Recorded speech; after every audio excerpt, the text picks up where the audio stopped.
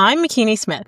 After going through a divorce, my sister passing away, experiencing narcissistic abuse, and some significant health scares, I realized through sharing my story that I wasn't alone in my suffering. Suffering, subjective distress generated by the experience of being out of balance. In a deep dive to holistically heal mind, body, and soul is where I discovered peace, clarity, and connection.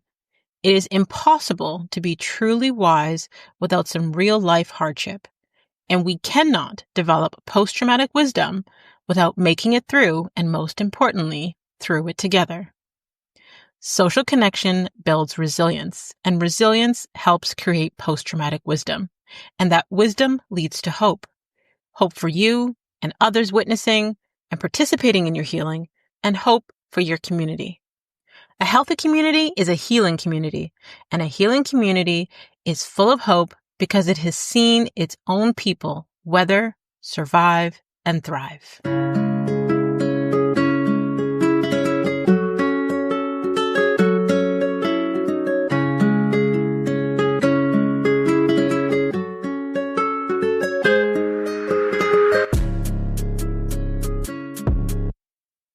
Healing starts within, and so does Muna by Imana Health. Created by two Black women doctors, Muna is an oral probiotic that helps support vaginal health and immune balance naturally. It's dairy-free, gluten-free, and designed with your rhythm in mind.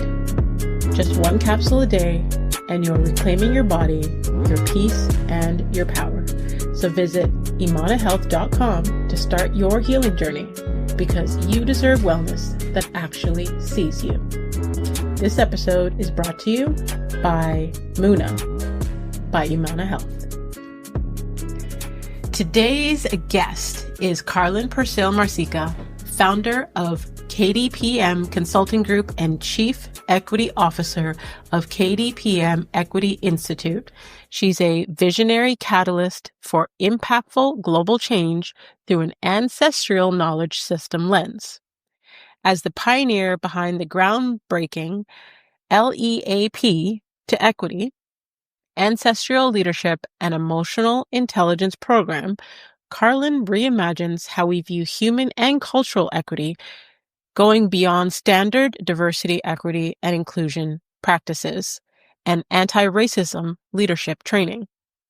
With a foundation in ancestral wisdom and cultural equity-focused learning, Karlyn drives equitable change by helping leaders and employees cultivate psychological safety, emotional intelligence, and personal growth within organizations. Karlyn and the team recently launched KOFA AI, an AI-powered human-supported coaching and mentorship platform rooted in ancestral knowledge, systems, emotional intelligence, and neuroscience.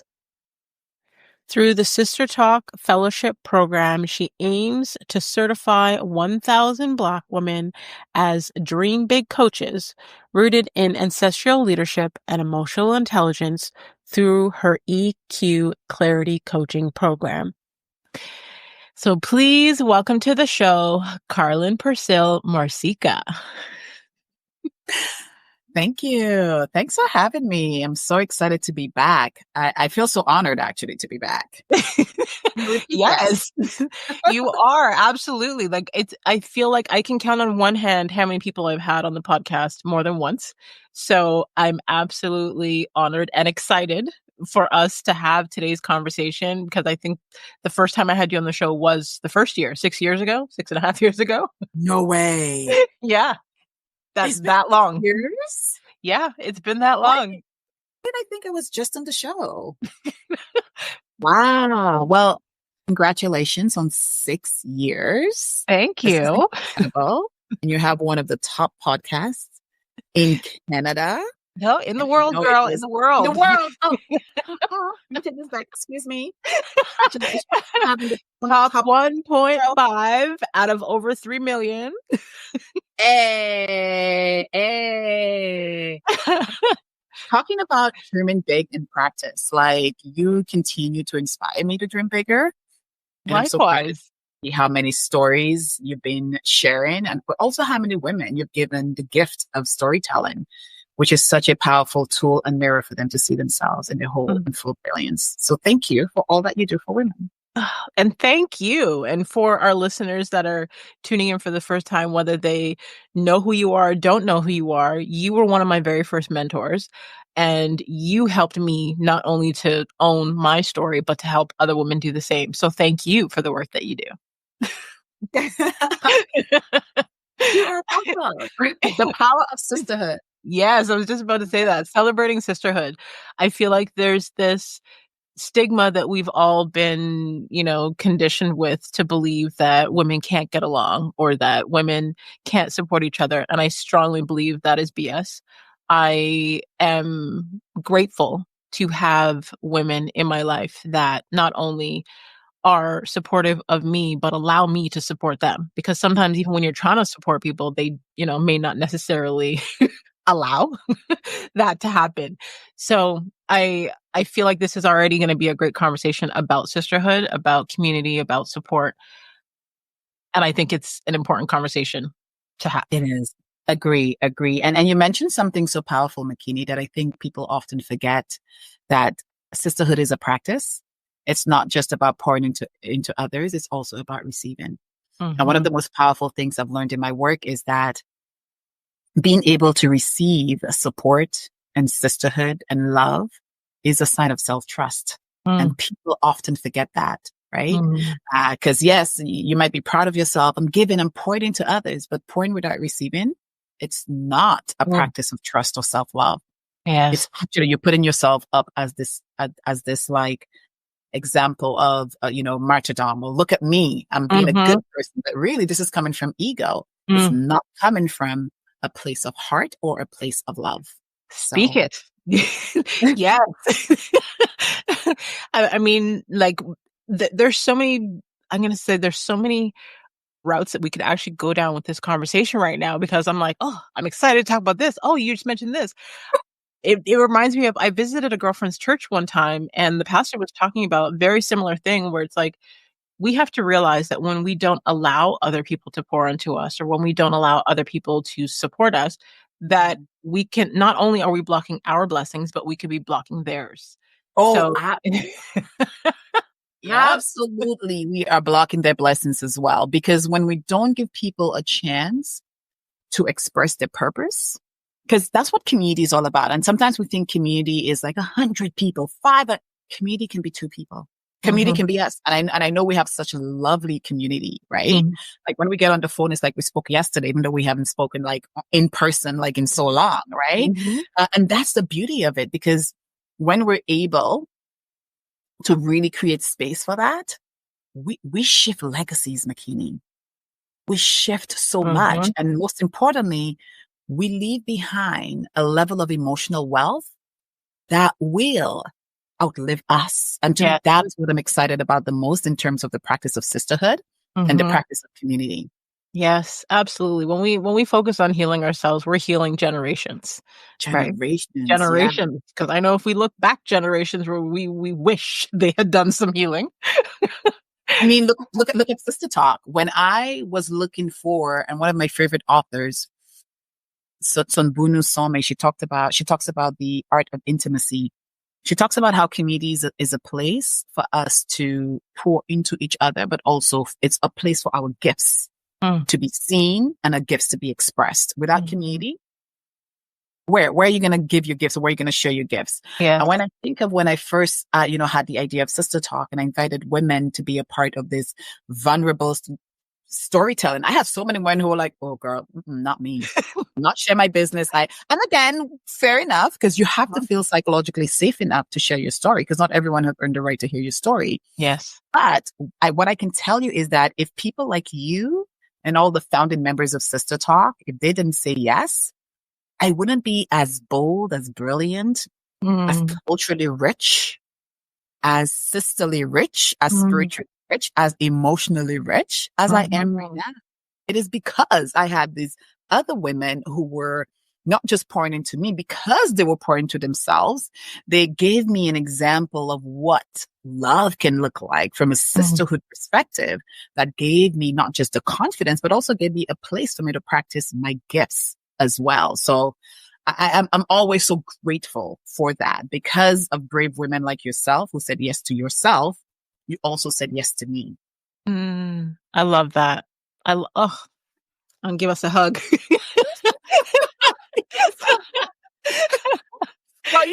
Well, from the first time I met you, from people who don't know, by the way, I met Makini online. Twitter. Twitter is our, I met you and Oprah actually via Twitter. Wow. Right? Brené Brown, all of that connection happened via on Twitter. And I think actually Sister Talk, that event was already, I think we were sold out, or the tickets were already gone. And I was like, just show up, come anyways. You did. And look at us. How long have I known you now? Oh, goodness. No, Sister Talk has been around for what, 12 years? It's been a decade. I feel like it's been longer than a decade, Karlyn. So my sister passed in 2012. And I think it was as I was going through my grieving process around that time. So 2012, 2013. Yes. Yeah, it's been over a decade. Right. Oh my goodness. Wow. Yeah. Wow. Right? Yeah. Wow. Okay. So, we spoke a little bit about the beginning of your journey with Sister Talk, and I guess we'll get more into that, but take us back to, I guess, a pivotal moment in your journey that truly shaped your path towards your emotional healing and wholeness. Ooh. I mean, the one that's coming up for me right now is being on Bay Street, 40 King West, standing in front of my workplace and feeling the sadness in my body. And I think like tears actually came in my eyes. I didn't realize how psychologically unsafe I felt. And that back then I didn't have the language. Right? I didn't even know psychological safety. Ooh, what's that? I had no clue. All I knew was it just felt really heavy to go to work. I felt a sadness in my bones and my body, and I didn't know why. And don't get me wrong, I loved what I did. And that was what was very confusing for me. I feel like I also went through this mindset, or like not just confusion. It's almost like this inner conflict. It's like, but I what I do. I like my work. I get joy from that creativity. But at the same time, going into that place felt like a death sentence. We called it some of the, colleagues I happened to work with who also came from the Caribbean. We used to call it functioning depression. I'm like, man, why is it so heavy? So that, I would say it's a pivotal moment in terms of not necessarily dealing with it, but recognizing how unhappy, or how, again, using language that I have now learned and practiced, feeling psychologically unsafe, emotionally unsafe. And to be honest, that awareness it was so powerful, because it actually began my journey of that, being an emotional intelligence coach and strategist, but also designing tools of transformation that actually allowed me to not just get to a place of emotional alchemy, going beyond intelligence. Because intelligence, we tend to, we understand the concept of emotion. We all use those buzzwords, right? But what does that really mean in practice? That's why sisterhood is a practice. It's not just, Makini, because we're in this group, we're sisters. I've learned that groups or places where women come together, they're so toxic. The women who lead those groups are so toxic. Right? They don't love themselves. They don't even like themselves, but they're creating spaces for women to come together. So I'm always very cautious in terms of what spaces I enter. And I think that's why Sister Talk started, because a lot of the spaces around women, especially during my Bay Street days, I found it was very transactional. Oh, what's your title? What do you do? Where do you work? Right? It's almost kind of like the conversation in some cases where I have to take it outside of the workplace. It's kind of like, oh, but what are you wearing? Is this, what brand, or what, we use status as a connection, or in some cases as a reason why we don't connect.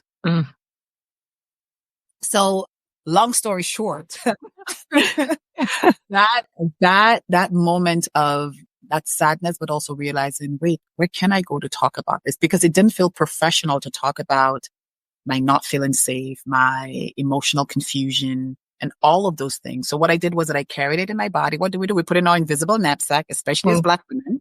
We put it in my knapsack. I carried it and I just pushed through and I kept on going.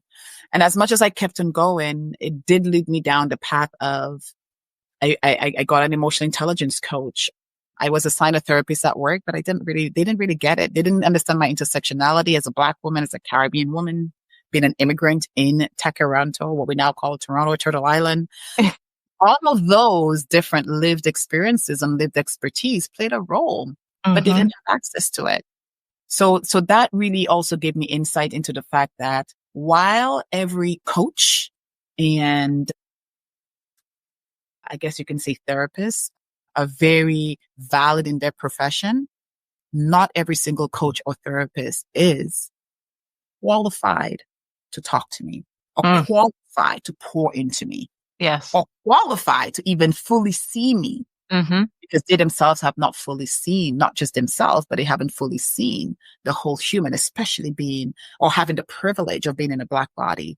So that led me to looking for more tools because I felt like every time I either spoke to a coach or a therapist, I was left with the feeling of something's missing. Like I'm still emotionally malnourished. Yeah. I needed more. And not just more, I wanted like soul food more. So that led me to that journey of not just designing my own tools, but also designing my own community because I felt like I deserved more. Amen. Like, oh, girl, there's so much that you said there that I want to unpack. I mean, maybe we'll start from the end and work backwards, but like what you said about not getting something in one space, so that's why you created what you needed. I feel like 100% of the women that I've interviewed on this podcast, their pain birthed their purpose. It was something connected to a struggle in their life that they didn't want other people to experience. They wanted to provide a solution. They wanted to be of service. They wanted to create an impact based on what they've experienced. The other thing I want to speak to is when you talked about, not every coach or therapist is qualified to speak to you. I think that's big because yes, there are all of these experts and tools out there for us to help us. I know when I started my healing journey, it was very important for me to find a woman of color. And I wanted a Black woman. Yeah. And I wasn't able to find a Black woman that was available in anywhere within my area at the time. So I ended up still with a woman of color from the West Indies. But it was important to me so that I didn't have to micro explain myself. So I didn't have to feel like this person doesn't understand, because you can have an experience and share it with someone and they nod their head like, yeah, I know what you're talking about. But if they've never felt it, if they've never experienced it, they don't know the depth of that experience that you were talking about, right? So those things were important to me to interview different therapists to find someone that I felt had the right to speak into my life, right? Yeah, and that's a right we women forget we have, Makini, right? We forget we have. And I think it all ties back to agency. And that's why a lot of my work also is reminding women that a lot of whether it's systemic bias or human biases, a lot of what we inherited, it doesn't belong to us. Right? That inherent distrust, for example, between Black women, like, oh, I'm not going to talk to Makini, or she's doing something similar. I'm not even going to support her. That has nothing to do with you or me, right? There's a reason why they don't want us to collaborate. There's a reason why they don't want us to tap into our creative capital. There's a reason why they don't want us to fully know or remember who we are. So when you take all of that into consideration, you realize actually the biggest gift I can give to myself is to not only remember who I am, but make sure that I'm tapping into the collaborative intelligence of sisterhood. Yes. Because combined together, I mean, look at just like you said, I remember when you first wrote your book, I was like, and you shared it with me, I'm like, this book is going to change so many lives. And Makini, you know this, it has changed so many lives. Why? Because you were brave with your story.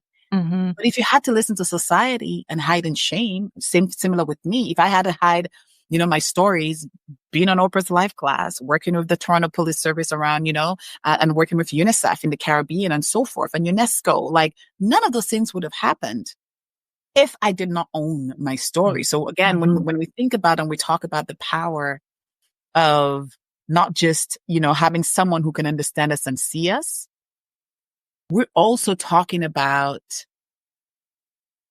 not understanding how powerful we are if we don't do that. And we're leaving so much creative capital and creative wealth and cultural wealth on the table that we end up participating in our own self-sabotage when we do so. Yeah. Right? Yeah. And I wanted to talk about what you said about the therapist, being from the West Indian and people nodding. One of the most interesting things I learned in my certification process and all the different rabbit holes I went down, people are always like, how did you get all? I'm like, because I wanted answers. Yes. I wasn't satisfied with the answers I was getting. It didn't have the intersectional lens I wanted. So I just went down that rabbit hole. Even my certification in subconscious programming with Dr. Rick Hansen, even when I did that, I couldn't, at the time, I remember looking at my bank account. My bank account was like, girl, what you're doing? What? But I'm like, if there's one thing I learned is that when it comes to dreaming big, Makini, it's important that you focus on your faith account and not your bank account. That's right. That's right. Yeah. Faith will move things that your bank account doesn't even have a clue how to move. Yeah. And we both are living proof of that. Amen. We're both living proof of that, right? Our lived stories or the stories of the past is not an indication of where we will land. It's just the beginning. It's just a part of the story. But one of the fascinating things I learned back to that story is that nonverbal communication is more powerful than verbal. Yes. Right? And communication is what, less than 10% verbal?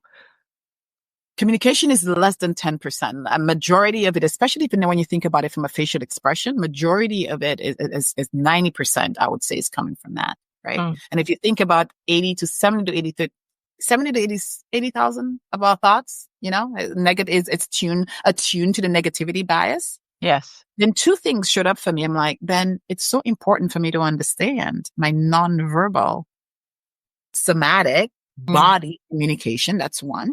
But if, Karlyn, you're always on guard and you're not unhappy and you don't have the language for the thing that you're going through, and now you're talking to people who are affirming not having the language, then it means I am actively participating in my own personal gaslighting.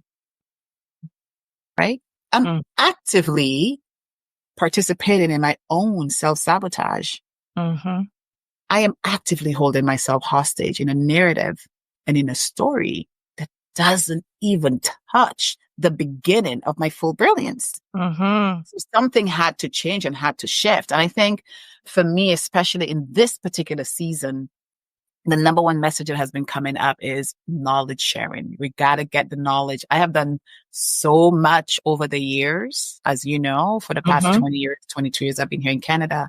Now it's like, how do I get more women to understand that if you don't have the words for something, it doesn't mean that you don't know who you are or you're not intelligent enough. It just means that you haven't created the space for you to tap into your nonverbal skills or your nonverbal communication skills. Yeah. And that's important. And sometimes women underestimate how powerful they are because they haven't built that bridge with that nonverbal. And I'm pretty sure you've seen that in your work, right? Oh, absolutely. Yeah. I had watched a documentary that was talking about, I can't remember the name of the therapist, but he was talking about how, when because of our internal thoughts, especially if, we are struggling with anxiety or self-doubt or fear, any of those things, when we look at, there's a study that shows when you look at different facial expressions based on your internal filter, you may view someone with a neutral, I guess, facial expression as negative, right? Right. Exactly. Because, right, our thoughts are a filter for how we experience the world. Yes. So to speak to what you just said, like if we are walking around with, resting bitch face, right? Then we're like, well, why are people being so mean to me? Why does no one want to connect with me? Like you said, it's like the unconscious self-sabotage that we don't realize Yeah. doing. But also I wanted to speak to what you said first when you talked about your pivotal moment when you realized you didn't have the language when you were working in the corporate industry where you didn't have the language. And it makes me think of a lot of people Mhm. in the Black community, in the West Indian community, that don't have the language.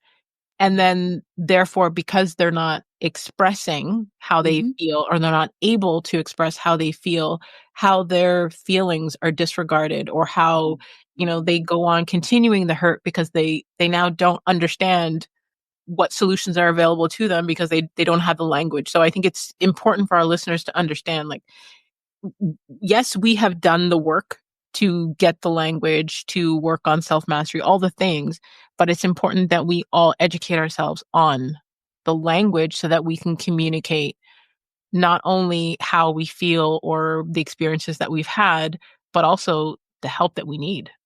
Yes. And also to recognize that every single quote unquote problem comes with the solution attached, Mm, mhm, right? Because mm, if you understand that your purpose is assigned to the birth of who you are, then you don't necessarily need anything. What you need is to open your awareness, your consciousness up to what's available around you, yes. because it is there, right? It might need you to be uncomfortable with asking for help. It might need you to be uncomfortable with naming the elephant in the room. It might need you to be comfortable with being aware of doing that emotional audit. Mhm, Like one of the most powerful things, working with, some Black executives, and I'll never forget, one of the things we worked on was I had mentioned that your body language enters the room before you do, mhm, because people feel you before they see you, right? mhm, And this is where the neuroscience of emotion comes in, because your nonverbal is more powerful than your verbal. So like yes. you were saying, some of us are walking around not realizing that. For us, we're like, well, this is just my natural, resting face. Yeah, this is how I am. This is just how I am. Well, have you thought about how you are might be getting in the way of your ability to receive the abundance Yeah, that you also have around you? yeah. Or are you aware of how that this is how I am, or never let them see you sweat, or some of those narratives, those internal thoughts? I call it your self-talk tape, right? Mhm, What song or what movie are you writing with your self-talk tape? The always struggling one, the everybody hates me one, the mean girl one, the blocking your blessings one. mhm, Just know that if you have recognized and identified those stories, there is also the opportunity to rewrite that story and to mhm, introduce the new chapter or the new episode of the always aware one, always receiving one, right? The mhm, always abundant one, because we also have the ability or the capacity to write those stories. I can't remember the stats, but there was something that said that the same amount of energy it takes to worry is the same amount of energy it takes for you to focus on the good or to will yes, the good into your life, right? absolutely.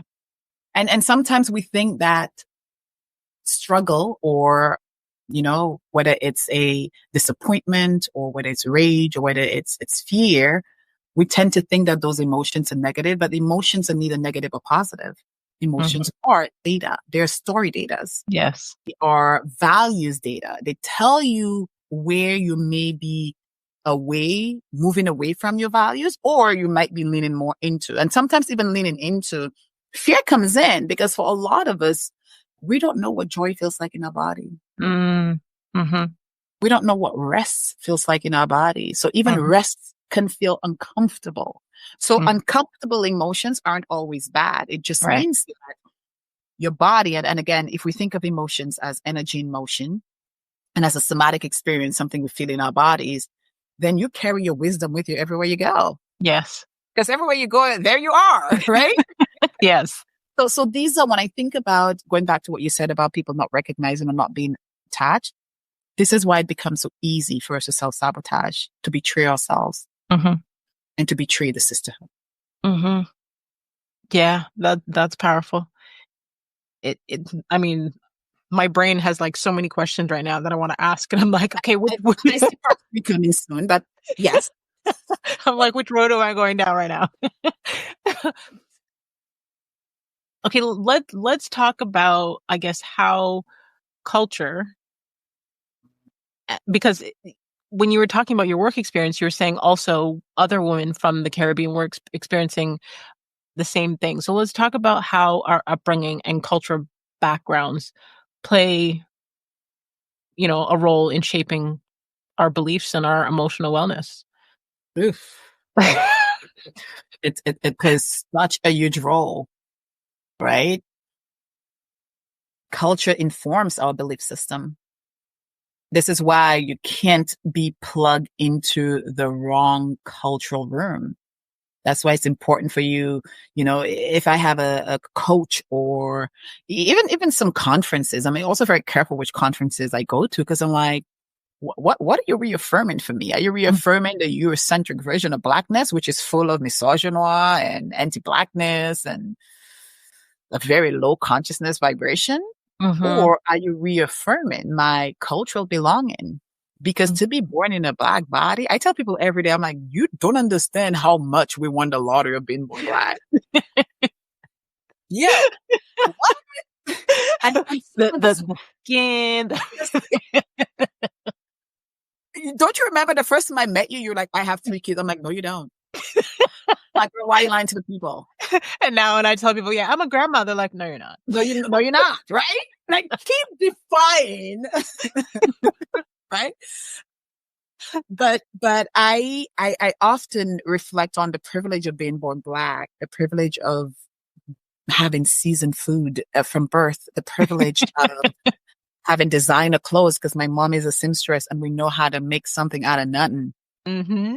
We are cultural innovators, like Caribbean women, West Indian women, and I cannot speak for all culture. So me bigging up my culture, if you're listening, doesn't mean downgrading your culture. I am not. I can only speak of what I know, what I've experienced.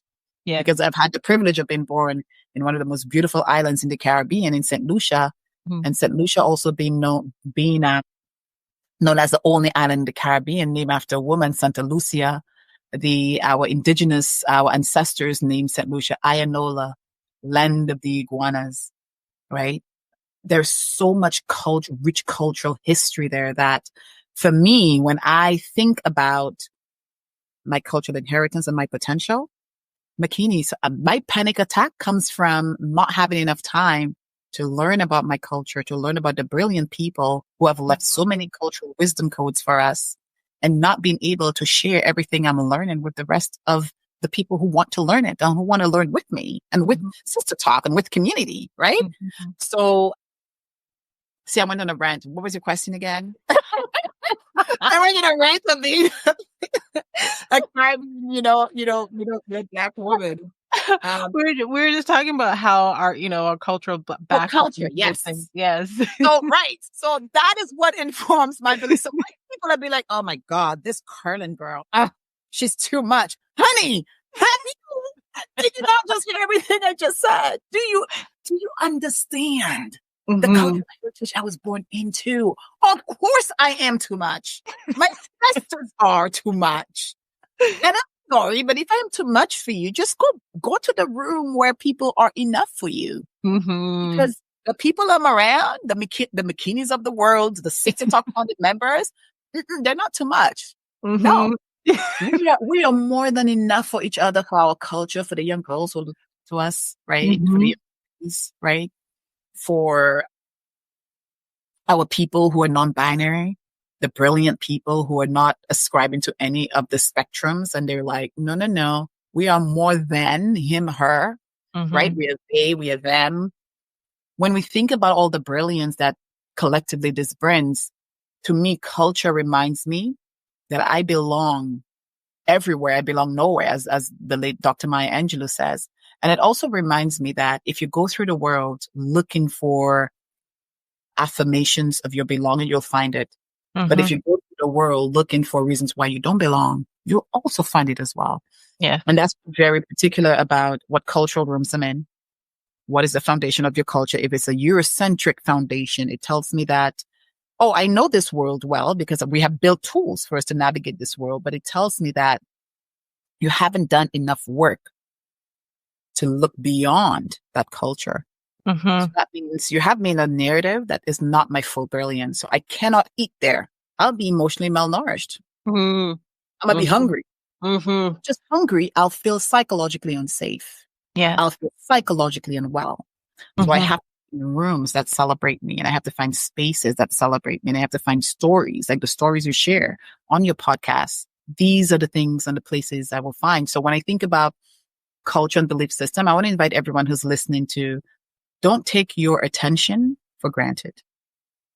Pay attention to what you pay attention to. Mm. Pay attention to what you listen or to who you listen. Your mindset is like a sponge, right? Your consciousness is like a sponge. So when you think about culture, and when you think about the privilege of participating in that culture, think about not only where you listen, but also where and who you pour into as well, because that also shapes your belief system. And our belief system becomes like, I don't know if you heard about the term, the Johari window, right? It No. becomes your lens in which you see the world, right? It becomes like you said, your inner thoughts. It's like your belief, like it shapes your world. Yes. Language shapes narrative. So if you're taking language from a culture that doesn't see your full brilliance, it means you're always shaping your identity, your cultural identity, and your cultural belonging lens from that place where culture says that, hey, you're not enough, or your blackness is not enough, or your blackness is too loud, or it's too much, or, et cetera, et cetera, et cetera. Yeah. It's interesting how that brings me right back to what you said at the beginning, where you felt like, you loved your job, but you had this like functioning depression with it. Because I remember the first time, not just the first time we met at the Sister Talk event, but I think it was maybe like that following week I came to meet you on your lunch break at work, and we had lunch, and I was sitting there thinking to myself, this woman is brilliant, like brilliant. And sometimes we're in these spaces that they can only handle, a percentage of your brilliance, and anything outside of that, they either don't want to hear or they don't make space for. And the way that you are able to easily create or do certain things where someone else may take forever or not able to do, I was like, she is brilliant. So it brings me back to, you were in an environment that couldn't handle you, right? It's nothing. So when you talk about being too much, like my middle daughter always says when I call her too much, she's like, no, I am just enough. Maybe you're not enough. You raised her right, mama. Good job, mama.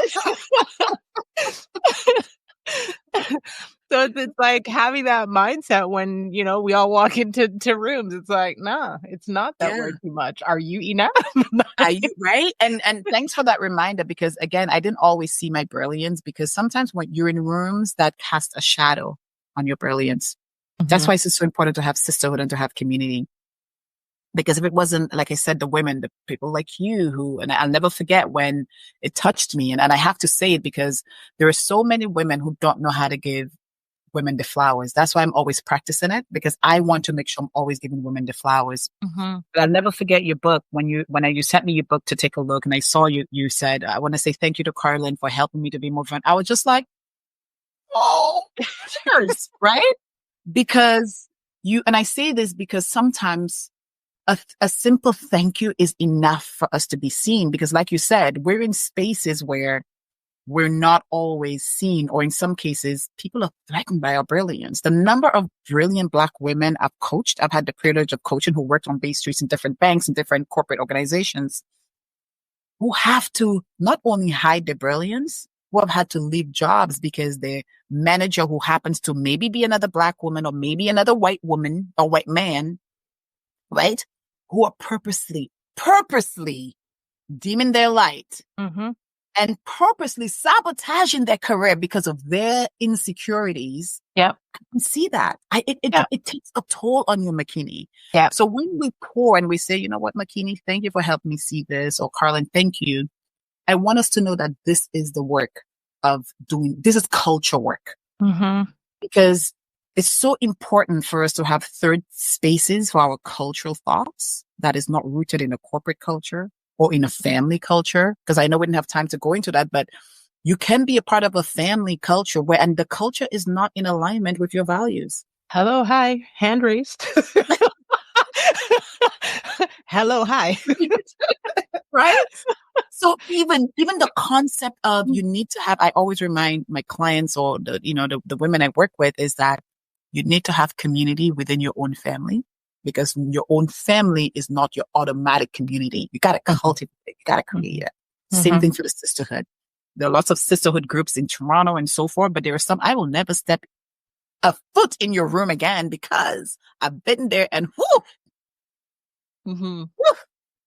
I don't need to say more, right? So for me, the more we point to each other, the more we say thank you, the more we say great job, Makini, the more when you see that Makini's podcast or her note, share it, comment, drop a like, drop us stars, whatever. Build those cultural spaces that not just affirm our belief system, it actually helps us to dream bigger. It reminds us that we are supported.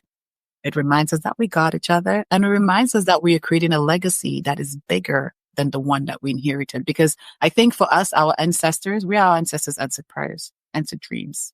They give us the wisdom codes. Now they're like, honey, go find them and express them based on the timeline and the season you're in. And I think that is the most beautiful gift that they give us. And we owe that gift to each other as well. I think it's important for us as women, as people, as Black women, to realize the value of something as simple as, like you said, a thank you or an acknowledgement. It's like you've never asked me for acknowledgement, but I make sure to give you your flowers because I know the contribution that you made to my life.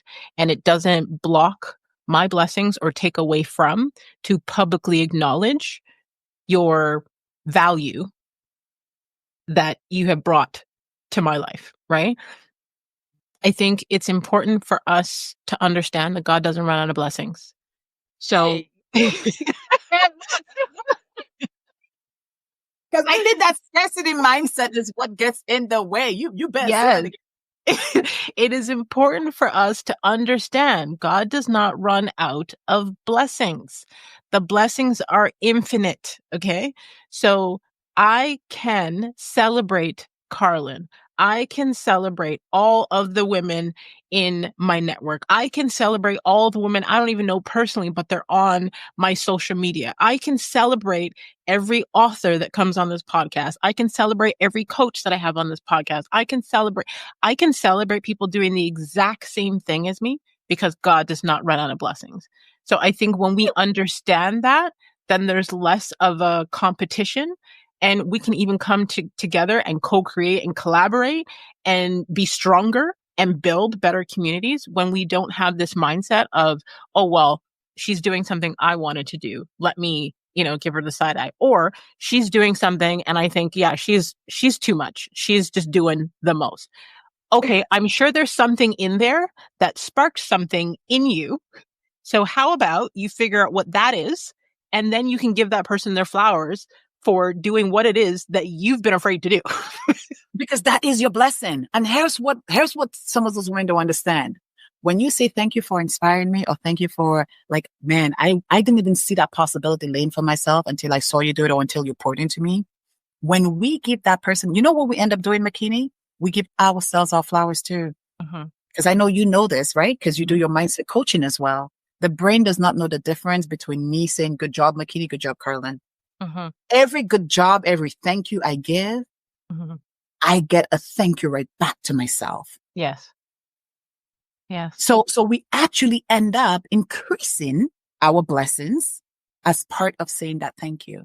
And I think that's the biggest gift we can give to young girls up to us. The biggest wealth I want to give to when I think about my nieces and my nephews, that emotional wealth. Because with emotional wealth, it doesn't matter how uncomfortable the emotion is. They will know that they are courageous and they are strong enough to face it because that discomfort came with wisdom. And that all you got to do is to ride the uncomfortable wave until you get not just to the intelligence of that emotion in terms of the story, but also you get to the wisdom of that interaction, which also has a powerful and a positive impact on your communication and your relationship intelligence. Yes. Yes. Listen. See, this is why I didn't want to like pick a topic in the beginning, because I know these conversations, when they're organic and they just flow and like and we're vibing, like what needs to come out comes out. What the listeners need to hear gets heard. The conversations that we need to have to fulfill our souls gets had. So Amen. yeah. Amen. But No, thank you. before we go to the final segment, I want you to tell the Mm. listeners where they could stay connected with you, where they can learn more from you and about you. Oh, absolutely. So Karlyn Percil on all platforms. I guess you can say Instagram and LinkedIn, the two places. And actually very excited. We just launched our membership community. So Yay. cultural, you can join us. There were 3 different levels. Cultural Explorer. I was just checking with Jen. We just launched last week and she's like, we already have 40 members. I was very Yay. excited. Cultural Explorer, which is because I believe when you learn, you share, as Dr. Maya Angelou said. So this one is a free entry level, 6 months for anybody who would like to dive in deeper into the dream purpose framework. As you know, from a neuroscience perspective, our brain works better in chunks or Mhm. in small bite-sized information. So once you enter and you sign up, and the Makini will share the link with special invitation for your community. So you can sign up for the 6 months and you get access to our full suite of tools and programming and so forth. I'm very excited to be launching my very first EQ clarity coaching certification program. Yay. That's launching this year. We're doing an invite only. The first cohort is going to be invite only, dreaming bigger with some of the women who are part of my circle. I'm so excited, Makini. Makini is going to be a part of that coaching circle. So women will get a very in-depth experience from the ancestral intelligence, emotional intelligence, neuroscience based. And as like I said, I have tons of certification because I'm a very curious person. So I'm Mhm. very hungry for knowledge. And I'm so grateful that I have, like you said, that ability for me to take that knowledge and convert it into practical steps. That's what the Mhm. success system is all about. So people can stay connected that way and so much more to come. But I'm really excited to be in community with women who want to learn on the certification level. So they too can enhance their offering to their communities and as a coach as well to the clients. Amazing.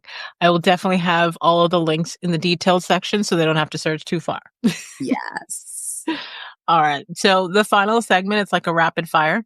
And you Mhm. can answer one word, you can answer one sentence, but I don't like to hold anyone into a box because I'm claustrophobic. So if you feel the need to expand, you're more than welcome to do so. Rapid fire. Let's go. Okay. Name a book that has changed or greatly impacted your life. Oof. Oh boy, Makini. Okay, bookworm. Okay, okay.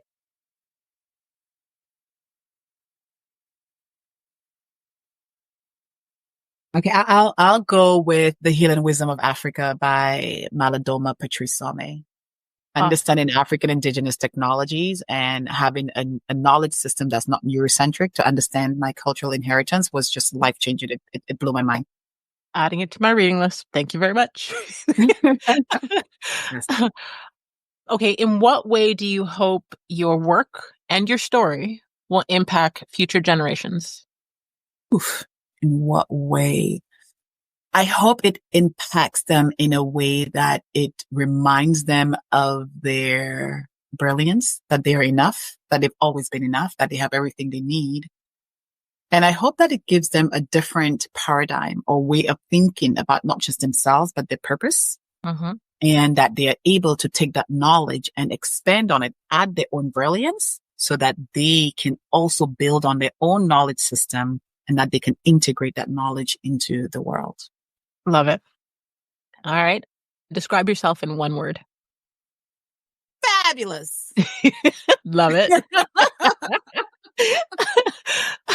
What's the greatest gift you've ever given yourself? Greatest gift. Permission to dream big, be bold, and to explore every facet of Karlyn, whether it's perceived bad or good. I'm proud of myself for allowing Karlyn to pursue her dreams. Love it. When was the last time you cried? Ooh, recently. When was that? Was that last week? And I can't remember for what, because there's just always so much going on. Mm-hmm. Yeah, Okay. probably last week. When and where are you the happiest? Oh, when I'm alone, I'm a Pisces of a Cancer rising. I'm alone. I'm an introvert now. Put me on a couch with a blanket and a book. I am extremely happy. I know I know there's a knowing laugh, Makini. Yep, absolutely. Introverts unite. Okay, last but not least, what do you wish women would do more of? Believe in themselves. Stop being hard on themselves. Love themselves enough to not allow self-betrayal to be a part of the daily language. Love it. Love it. Love it. Love it. Love it. Thank you so much, Karlyn, for sharing your wisdom with us today. You know, I truly, truly appreciate you. I appreciate your time, your energy. You could be anywhere in the world right now, and you've chosen to be here today. So thank you. Thank you. And thank you for giving us this beautiful and brilliant platform to not just share a story, but also hear stories of others. Because I believe stories provides a window to the soul. Mm-hmm. And I know that so many women are more connected to their souls because of you. So thank you. Thanks for having me on twice. Yay. Yay. And to all of our healers out there, until next time, you can leave us a review on Apple Podcasts and let us know what gems you took from hearing from Karlyn. What were your aha moments? What parts of Karlyn's story resonated with you the most? We would love to hear from you. And thanks to those of you that continue to tune in each week to help the show rank globally in the top 1.5% of most popular podcasts. Feel free to screenshot this week's episode. You can tag Karlyn at Karlyn Percil. That's KarlynPercil. You can tag myself at The Real Makini Smith, and let's keep this conversation going. A healthy community is a healing community, and a healing community is full of hope. So let's continue to heal her.